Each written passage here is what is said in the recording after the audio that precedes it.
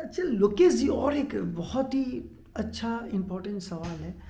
मान लीजिए हम इस स्टॉक एक्सचेंज में कोई इतना अच्छा पैसा है, अपॉर्चुनिटी है, देश के लिए कितना कुछ हम कर सकते, तो हमारे जो यंग स्टूडेंट्स हैं, जनता है जिनके पास पैसे नहीं हैं, मतलब बेसिकली हम यही कर सकते हैं कि हम पैसा लेके इसमें पैसा बना सकते हैं। लोग इतना ही जानते हैं मेरे पास पैसा नहीं है तो मैं स्टॉक एक्सचेंज में क्या करूँगा, या स्टॉक एक्सचेंज में कहीं पे नौकरी करने जा सकता हूँ, कोई पोस्ट है। इसके अलावा इस सेक्टर में कैरियर अपॉर्चुनिटीज़ क्या क्या हो सकता है?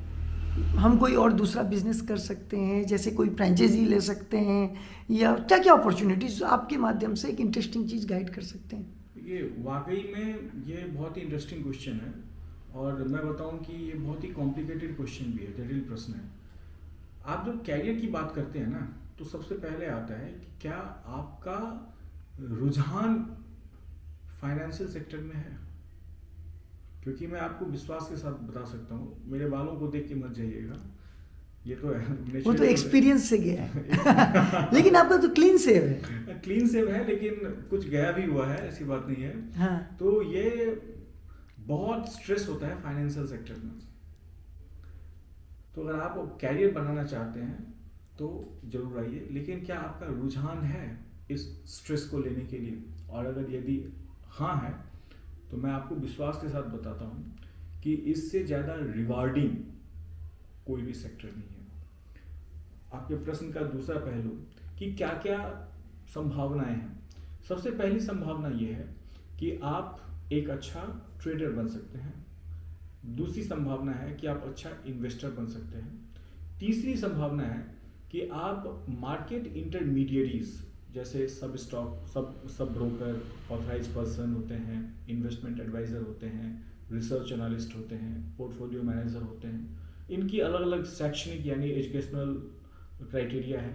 इन सबको आप अगर फुलफिल करते हैं, इन सबको पूरा करते हैं, तो आपके लिए बहुत ही रिवार्डिंग कैरियर शेयर मार्केट या स्टॉक मार्केट प्रस्तुत करता है। जैसे मैं एग्जांपल देता हूँ, सब ब्रोकर।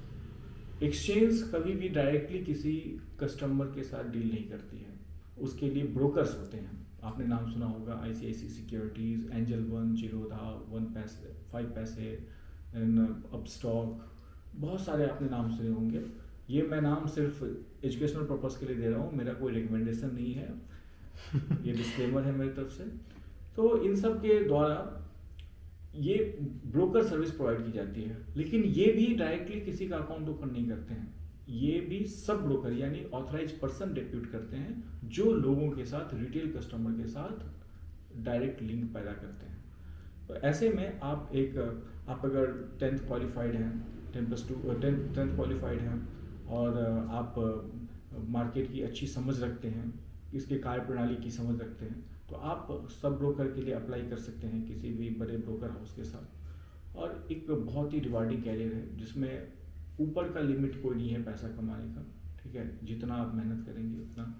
लेकिन इसमें बहुत सारे सिक्योरिटीज़ एंड एक्सचेंज बोर्ड यानी सेबी की कॉम्प्लाइंसेज हैं, रूल रेगुलेशंस को फॉलो करना पड़ता है। तो आप अगर कंप्लाइंट हैं इन सब रूल्स रेगुलेशंस के साथ, तो एक बहुत ही अच्छा कैरियर है। दूसरा पोर्टफोलियो मैनेजमेंट का है। आपके पास अगर national institute of securities market NISM उसका सर्टिफिकेट है पोर्टफोलियो मैनेजमेंट के लिए, या फिर एक रिसर्च एनालिस्ट का होता है, ये सर्टिफिकेट भी NISM देती है।